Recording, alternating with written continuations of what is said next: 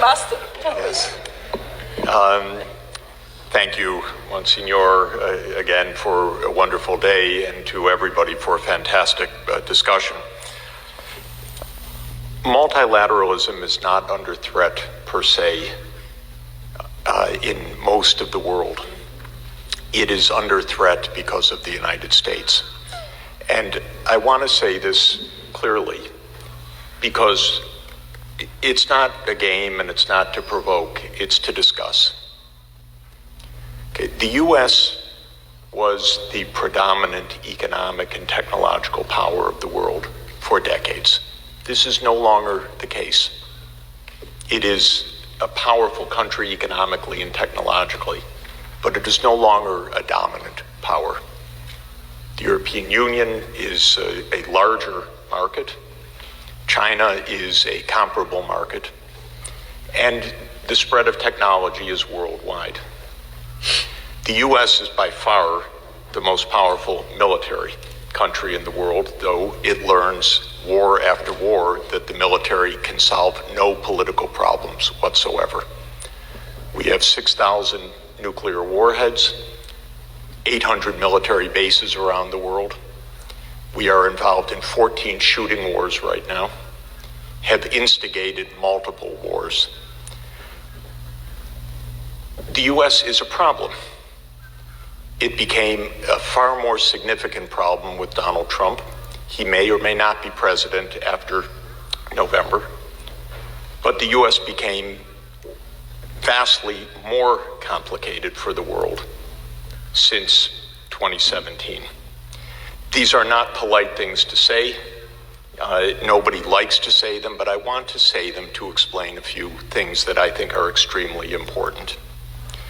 The U.S. has blocked every multilateral initiative of recent years. It is the only country pulling out of the Paris Climate Agreement. It is the only country that pulled out of the JCPOA agreement with Iran. There is not a China-U.S. trade war. There is a U.S. trade war on China. That is different. This was an unpremeditated attack because of China's rising technological capacity. Have no doubt about it.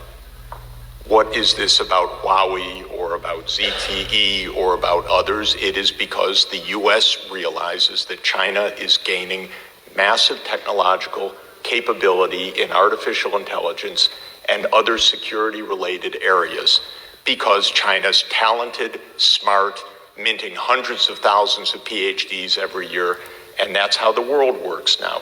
There's no monopoly of knowledge. There's no monopoly of talent. This is driving U.S. strategists crazy because U.S. grand strategy is based on primacy. And that's not some fantasy of mine. This is in our documents, our doctrines, one after another. There can be no U.S. primacy in the world anymore that is safe for the world. That's not how the world works anymore, but that is how U.S. policy works. The U.S. is attacking the digital taxation. It has taken tremendous, disastrous cuts to corporate taxation, which is blowing up the worldwide taxation on companies. It has dismembered the WTO. There is no appellate process now. It now claims that it's going to adjudicate exchange rates and put unilateral tariffs on against countries that the U.S. alone deems to be manipulating the exchange rate. Well, I know our Treasury, and with all respect, they don't have a clue about how foreign exchange markets work. This is, of course, pure politics, top to bottom. It has nothing to do with anything meritorious other than the idea of temporary advantage in some geopolitical contest and context. Last month, when Iraq said it wanted the U.S. military forces out, if you can imagine, the Treasury said, we will confiscate your foreign exchange reserves at the New York Fed if you persist in pushing our troops out.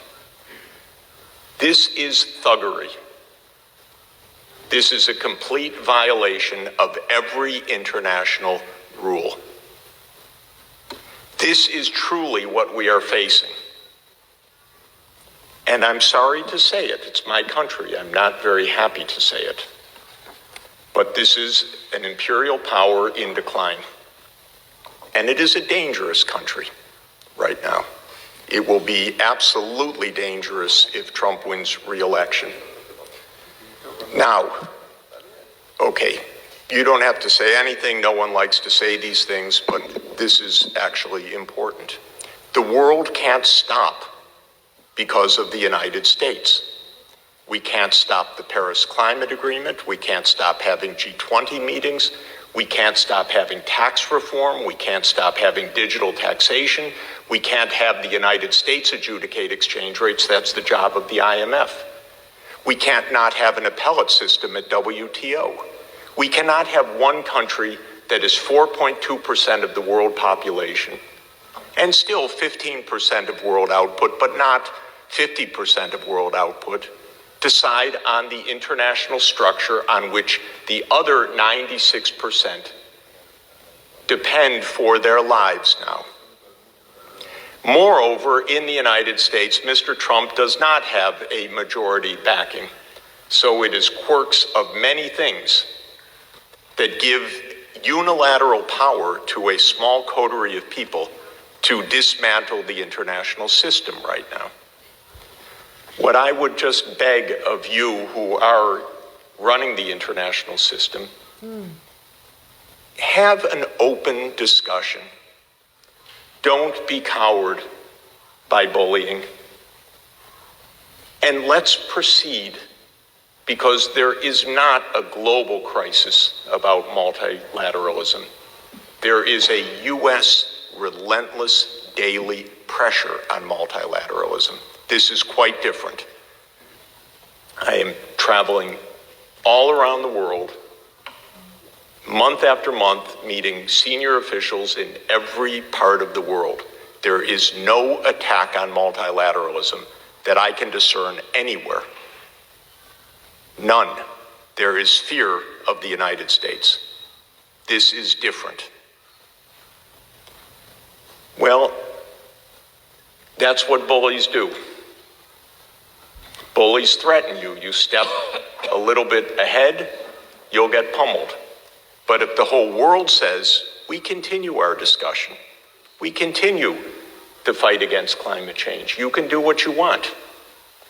But we continue WTO, we continue climate change, we even have discussions at the fund and the bank. It's a little bit harder at the bank, but it's true. It's a whole board. Last time I checked, the United States, it's 16% of the vote, I believe, not 84, and there's another 84%. The General Assembly routinely votes 185 against the United States on almost everything right now. One after another, it's the US and 2 or 3 allied countries. And I know how that works because the ambassadors tell me about the threats that the US